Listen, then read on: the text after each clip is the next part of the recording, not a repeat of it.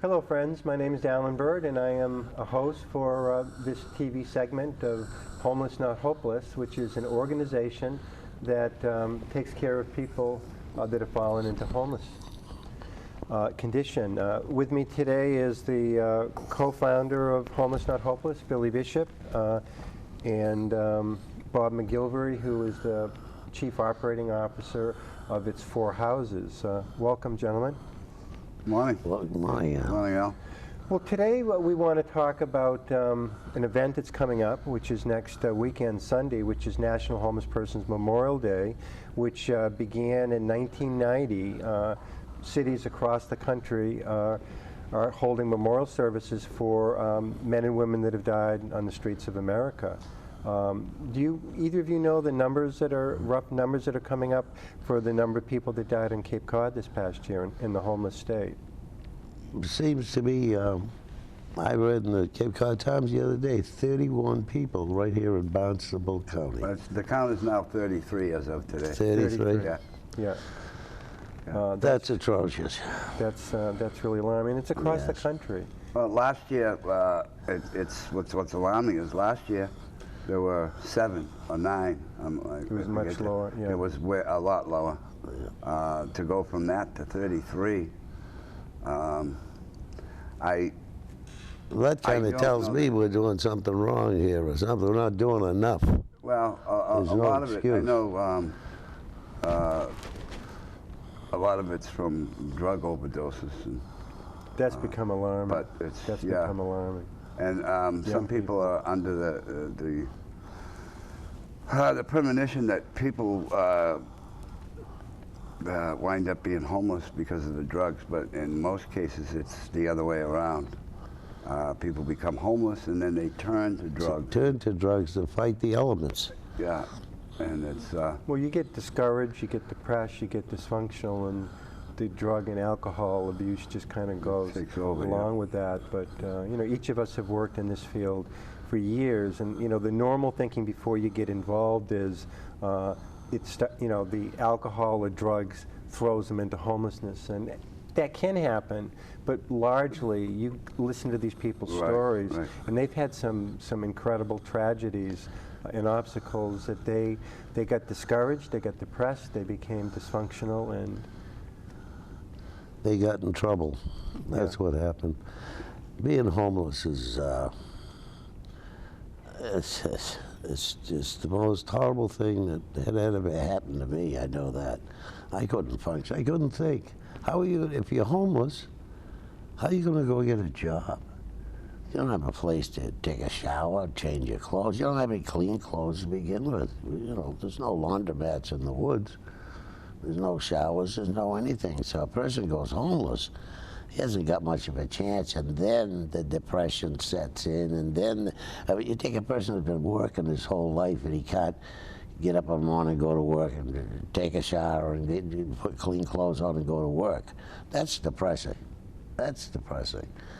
And if you got a touch of mental illness, which a lot of the homeless people have to begin with, and you got an addiction, which a lot of the homeless people have to, you know, it only worsens. All of those things just get worse and worse by the hour, not by the week or the month, by the hour.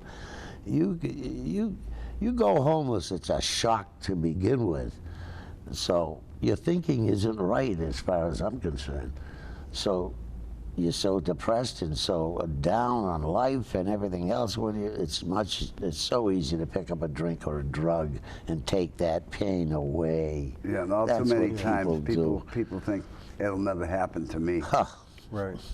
Almost everybody that becomes homeless. That's right. They all sing the same song. I never thought I'd ever become homeless. Well, yeah. There you are. And people aren't, that's a tough thing to cope with. You know, and people are really under the total misnomer about homelessness. If you had a bad back and you couldn't work, what are you going to do? What are you going to do? No, the pain that'll make you depressed to begin with.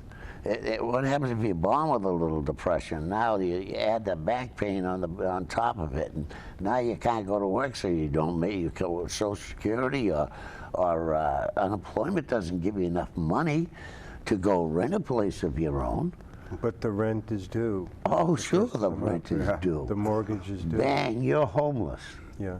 Wow. Well, Bill, you were homeless for 10 years on the street. I was. And, you know, you talked a little bit in general, but I know you're open to sharing bits about your personal history. You were a fisherman, you know, most of your adult life. And then you ended up with shoulder Oh, yeah. Well, problems. And then your parents died within, what, 11 days of each other. So people don't see the stuff that precedes a person becoming homeless. They see the after effect. They see them on the street, you know, in an intoxicated, you know, kind of a mode, and they just don't think, well, what could have happened to that person? Could it have been prevented, or what can we, the community, do to lift this? The person's obviously in trouble. It's like Coast Guard. You see somebody in the water, you don't need an analysis. Right. The person needs to be rescued.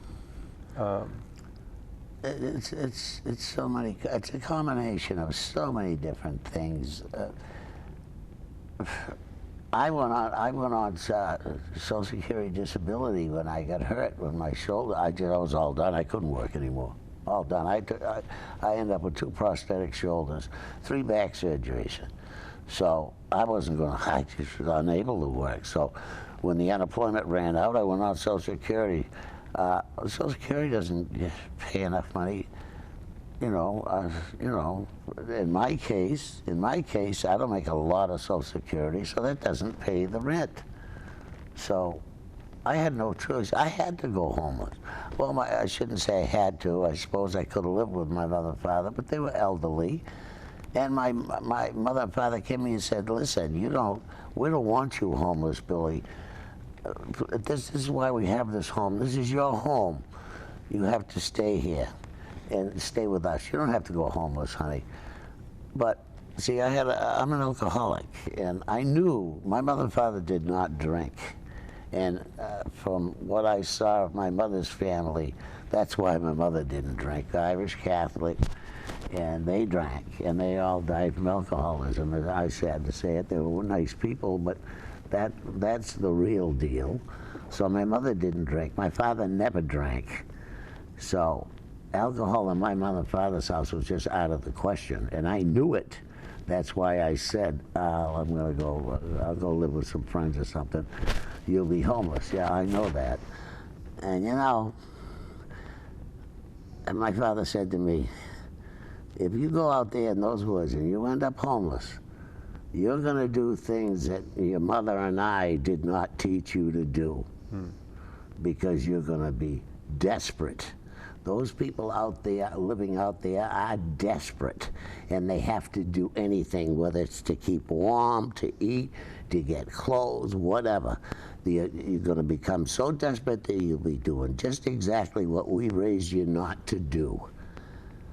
And of course, you know, I've always been a dummy, you know. I said to my father, "Oh, I won't do any of those things," because I had a pretty good idea what they did. And so I said, "Oh, no, not me, not me." Yeah, well, I've never been that hungry and that cold and thought I was going to die how many times? A dozen or so. You do what you have to do. You've also talked about, Billy, how the homeless community, by and large, there is a lot of compassion and taking care of each other. Absolutely. And you had a vision with a few other homeless people of, I mean, you were aware, I remember discussions with you, just how inadequate, you know, the system was to rescue somebody that falls into homelessness. A housing certificate now, a Section 8 housing voucher, is like 8 or 10 year waiting list. And you waited, I believe, about 8 years. I signed up 8 years before I got it. Right. So you had a vision that, okay, the system is inadequate. Absolutely. And you came up with an idea of... Myself and 3 other guys sat down and said, let's put our Social Security checks together and rent a house.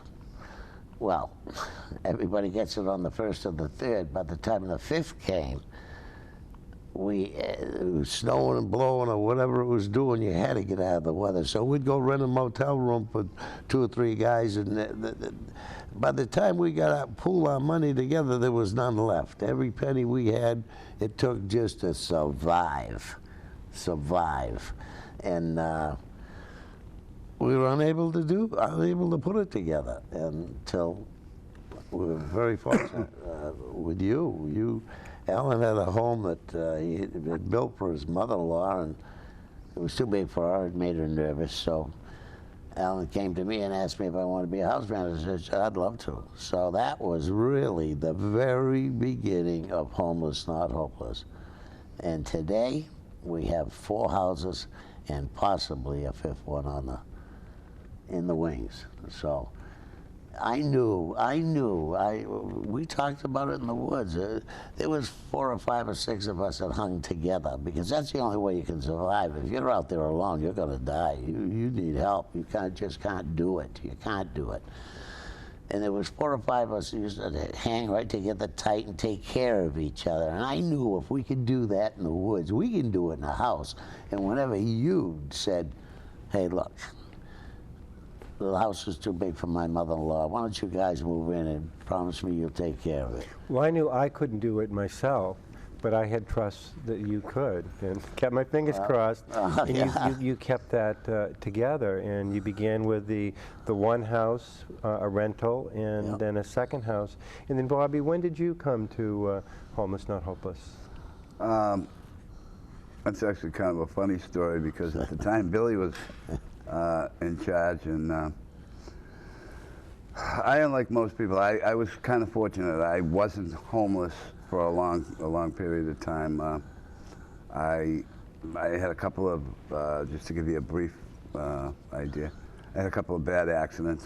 I went through some recovery. I got hooked on pain pills, and it all took off from there. And I wound up in jail. I came out of jail. I went through a place called the Pilot House. My time was up there. I went to Homeless Not Hopeless, and I had applied. And Billy was gracious enough to refuse me. So I had to actually go back and talk my way in. And Billy took a chance on me, and things sort of worked out for me. And I have a daughter that passed, be 2 years this January from drugs and alcohol. And unfortunately, I wasn't able to get to her to save her. So there's a lot of things that hit home for you that that you don't have control of. People have to, have control of their own. But you came in shaky into Homeless Not Hopeless. What got you stabilized and stronger? Having a stable atmosphere. Once I get into Homeless Not Hopeless, just being around other sober people in a sober environment gave me enough, and just keeping busy for the most part. And I gave him plenty to do. Yeah, we found plenty for me to do already. And then, of course, the nurses. Billy retired, and then I took over about a year ago, a little more than a year ago. And so you're managing 4 houses. 4 houses. How many beds? We now have 50 beds, which will hopefully be more over the next year. But in the sense you guys started the process, I believe the numbers are up somewhere around 350 people we've brought through the doors. Passed through your doors. That's a rough estimate, 350 people. And is the effort right from the start of getting them stronger and then becoming independent, moving out into independent housing? Right. Hopefully that's the general idea of. But we try to help. We try to help as many of them as we can, and try to be supportive for them. Try to be there to help them with whatever their needs may be. Some of them come in pretty beat up. Some of them not so bad. Some of them just need a little bit of. So we just try to weigh out the their needs and who are the most needy. And what's remarkable is how, you know, both of you have made it a special effort to not pigeonhole people. Many sober house type programs, they want 6 months clean and sober. You know, you guys take people right out of the woods, right out of detoxes, psych Leave a centers. guy out there that's only been drinking or drugging for 2 months because he's going to die. that boy will die, or that man will die, or that woman. I believe everybody deserves a shot. Chances are the most important thing. What are you going to do without a chance? Nothing. If you don't have a chance, you don't have a chance of getting better. Someone gave all of us that shot. Oh, God, I had 1,000 Well, both of you, chances. you've created a culture in these houses that is unique to me, because over the years in my, you know, different roles as a human service worker, I've worked with a lot of sober houses, and a lot of times, you know, when people come into a sober house type of an organization, then they don't get connected with each other. They just see it, I'm paying my rent, that's my bed. But you guys, We got a you brotherhood. create this, a brotherhood We system. got a brotherhood system. That's all there is to it.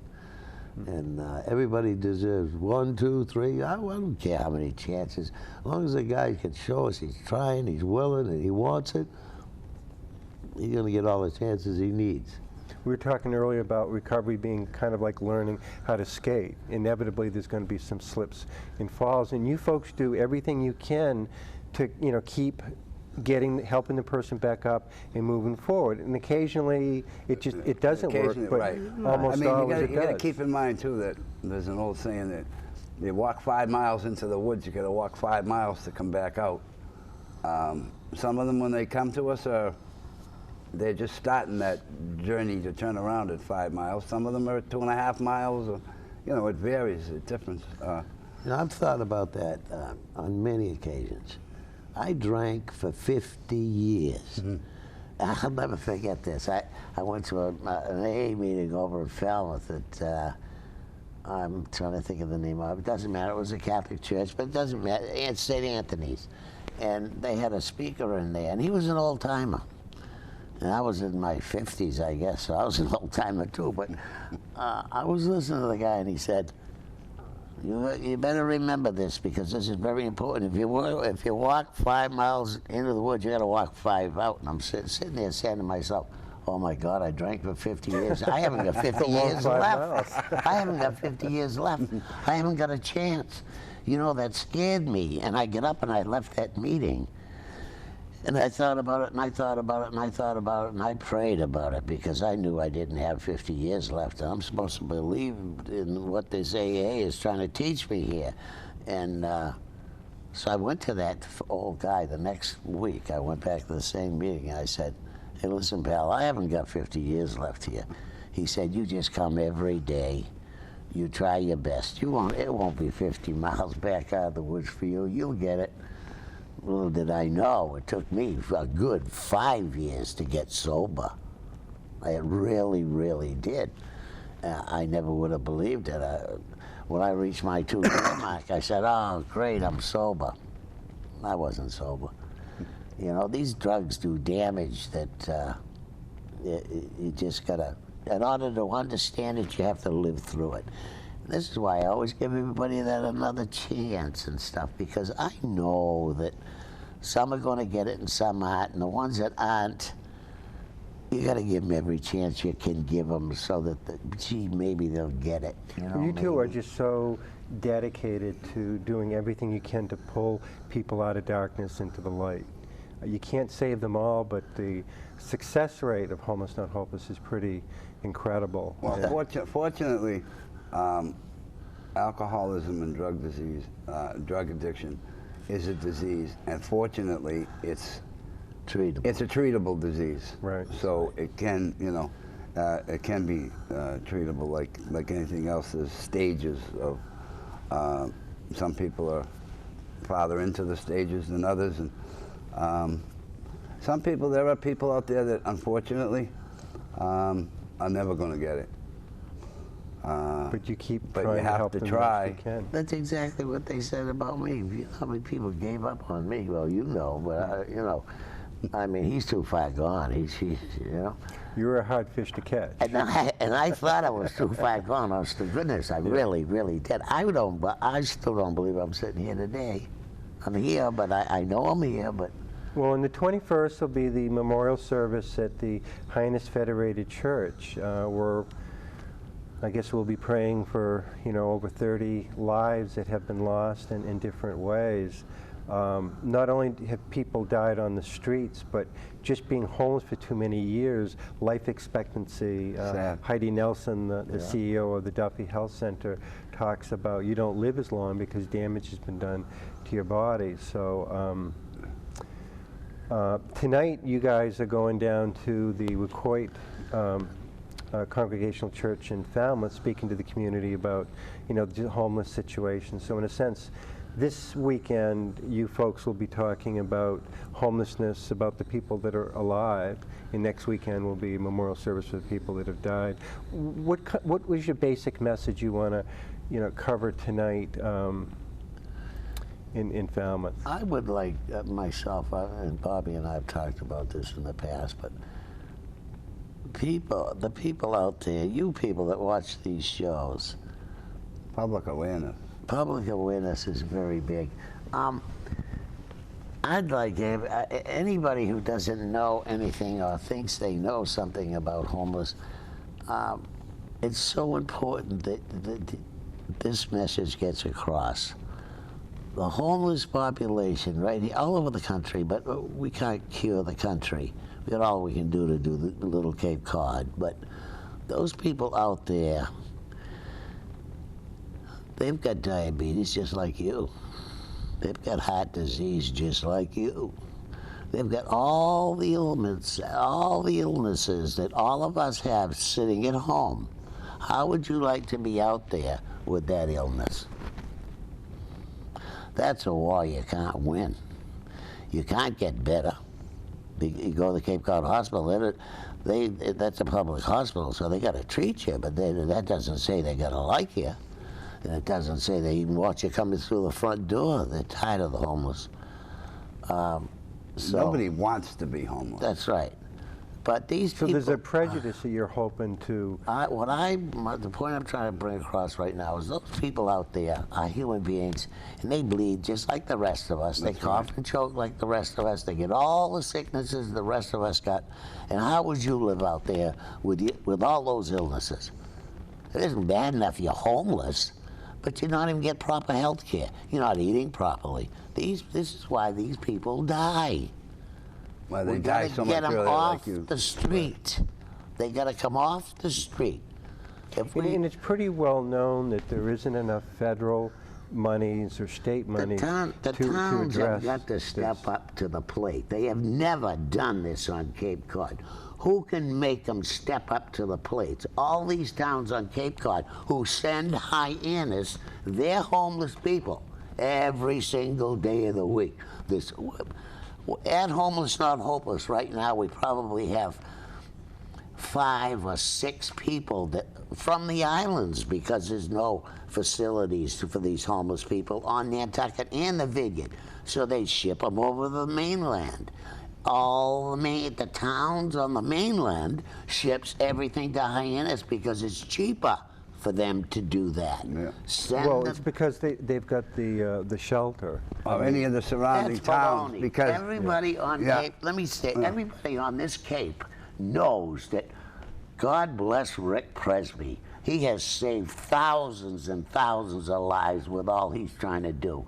But he's up to here. That Noah shelter is full. I drove by it last night. There had to be 10 people standing outside waiting to get in. They're not going to get in. The town says 50 beds. That's all Rick can put in there. So you're hoping in your presentation tonight... I'm hoping that these towns will step up, give us a house. Homeless Not Hopeless will run the house for them. We're willing to make it easy for them, but give us the house to put the people in that are dying on the street. If every town on Cape Cod stepped up to the plate and said, here, we got this old junk of a house over here, fix it up, put some people in it, get them in out of the cold, get them in out of all the elements, Get them to these health clinics and stuff. Get them healthy where they got a chance. How are these people on Cape Cod thinking? I just don't know. Well, we've talked about that. I mean, what you've done is gotten 4 houses and now maybe That's a 5th exactly house what we did the right hard here. way. Yep. You've rented and you've bought 2, and you're talking about now buying a 3rd one, which is pretty amazing for an organization that's only 7 years That a lot of people said you weren't going to make it. Exactly. They told me, oh, you guys are going to fall flat on your face. The homeless aren't capable of taking care of themselves. Well, you've proven Baloney. You've proven that We did it in the woods, we can do it in a house. So you're basically, we're going to have to wrap up in a couple of minutes here, but basically what I'm hearing you saying is if other towns in Cape Cod could come up with a house to donate to an organization like Homeless Not Hopeless that's proven its ability to take care of the homeless, then you've got a partnership between a town and an organization. And I know we've talked over the years about how this model, which has worked so incredibly well with your houses, that this model should spread across the state, should spread across the country. The dilemma towns have across the country is, well, we don't know how to fix these people, but they have buildings because the cure of homelessness is housing. That's right. And I'm sure that a lot of people don't know, there are a lot of, all of our houses are all maintained by the homeless people, by the people that live in them. Right.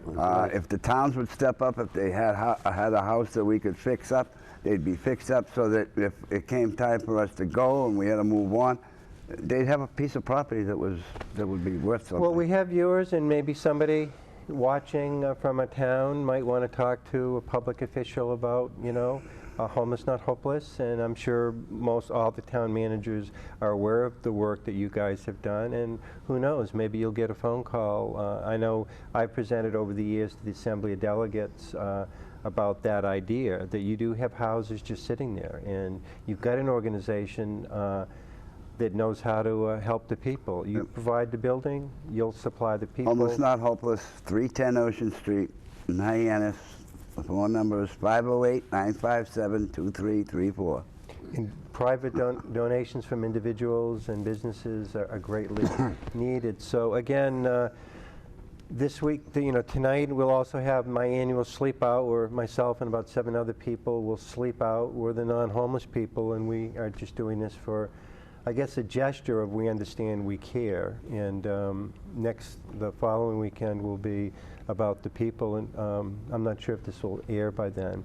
But I want to thank everybody for listening. Thank you too again, and God bless you for the work you do. I started something, but I haven't done the work. You guys have done the work, and my prayer is that your organization... You've been right there with us. Yeah, we couldn't have done without you, believe me. But hopefully people watching will get involved, and donations of money, if that's the best the person can do, that's greatly needed. That's all right. So thank you for watching, and we'll have other segments, because a big part of Homeless Not Hopeless is these community presentations on people in need. Thank you so much. Thanks. Often think about the way we live today. We seem so sheltered and so cold. Sometimes I wonder, what would Jesus